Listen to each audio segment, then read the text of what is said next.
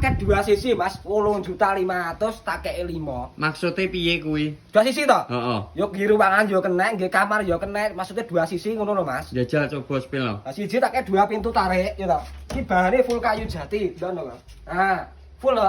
Oh iya full bahane full kayu jati. jati. Iki nomor 1 Mas. Siji, loro. Tak kei meja TV, bahane full kayu jati yo to.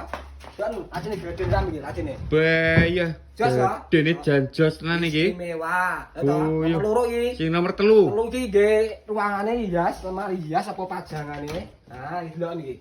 Lemari hias apa pajangan. Iki kayune yo jati. Yo jati nggone Mas Budi nek gak jati gak usah kobar balekno sopir ae Mas. Bayah lah kuwi kotak kuwi apa kuwi? Iki laci to. Oh enek lacine barang to. Yo gede bekakas. Jan jos iki. Lemari ning isor iki lho.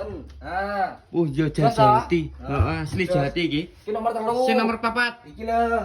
3 pintu motif puyuh he Mas. Bayah motif pohe. Heeh, delok iki bahane full kayu jati 3 pintu, ya toh. Istimewa apa iki, Mas? Lah iki warnane ora-ora ngene iki apa jenenge ngene iki? Ayo kombinasi puyung nggih. Moh iki yo oleh lho, Mas. Milih oleh to? Iki yo oleh, moh kuwi iki yo oleh. Bebas pilih ngene Mas Budi wi. Oh Nah. iya. Apa to wi? Papat. Yang terakhir iki Kari lho dhewe ndi?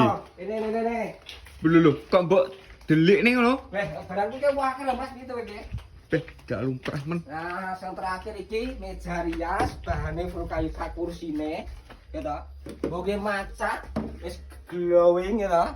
Nah, Bayah. jos toh. Jan ki yo kayune jati. Kayune jati ngene Mas. Umpama nek gak seneng ngene iki milih oleh ora? Delon Mas, dagang aku. Nah, milih iki yo oleh. Bu. Milih iki yo oleh. Bebas pilih ngene Mas Budi wi. Bebas milih iki berarti. Kuwi jenenge paket 2 sisi. 8.500.000 tak kei 5 barang lho. Piye? Jos ta? Murah tenan. Ya murah. Kayak gini aku mbok blitoki. Blithuk piye maksudnya? Barangmu sakmene mbiyen iku nek teko omah ki enek gratis ongkire apa ora? Yo lho.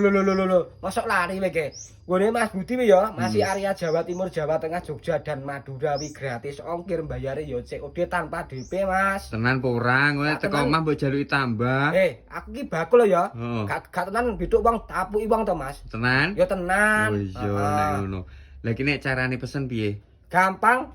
Klik Bioproperty Mas Budi Bio Furnitur. Di bawah Bioproperty jeneng bawah titik mi to wi. Wih dudu-dudu apa disalin kena. Langsung di WA aku langsung. Mas tambah paket 2 sisi 8.500.000 tak kei 5 wis gratis ongkir bayare COD. Ya ta? Oke nek no siap.